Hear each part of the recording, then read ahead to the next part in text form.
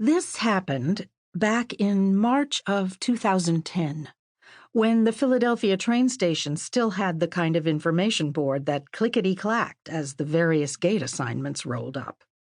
Serena Drew stood directly in front of it, gazing intently at the listing for the next train to Baltimore.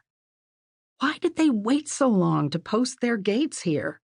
In Baltimore, they told people farther ahead. Her boyfriend was standing beside her, but he was more relaxed. Having sent a single glance toward the board, he was studying his phone now. He shook his head at some message and then flicked on down to the next one. The two of them had just had Sunday lunch at James's parents' house. It had been Serena's first meeting with them. For the past 2 weeks, she had fretted about it, planning what to wear, jeans and a turtleneck, finally, the regulation grad student outfit, so as not to seem to be trying too hard, and scouring her mind for possible topics of conversation. But things had gone fairly well, she thought.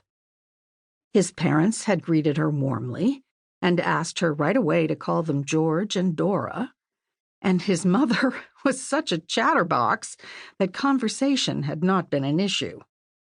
Next time, she'd told Serena after the meal, you'll have to meet James's sisters, too, and their hubbies and their kitties. We just didn't want to overwhelm you on your very first visit. Next time. First visit. That had sounded encouraging. Now, though, Serena couldn't even summon a sense of triumph. She was too limp with sheer relief. She felt like a wrung-out dish rag. She and James had met at the start of the school year. James was so good-looking that she'd been surprised when he suggested going for coffee after class. He was tall and lean, with a mop of brown hair and a closely trimmed beard. Serena, on the other hand, came very close to plump, and her ponytail was almost the same shade of beige as her skin. In seminars, he had a way of lounging back in his seat, not taking notes or appearing to listen, but then he would pop up with something unexpectedly astute. She had worried he would find her dull by comparison. One-on-one, though, he turned out to be easy company. They went to a lot of movies together and to inexpensive restaurants. And her parents, who lived in town, had already had the two of them to dinner several times and said they liked him very much. Philadelphia's train station was more imposing than Baltimore's.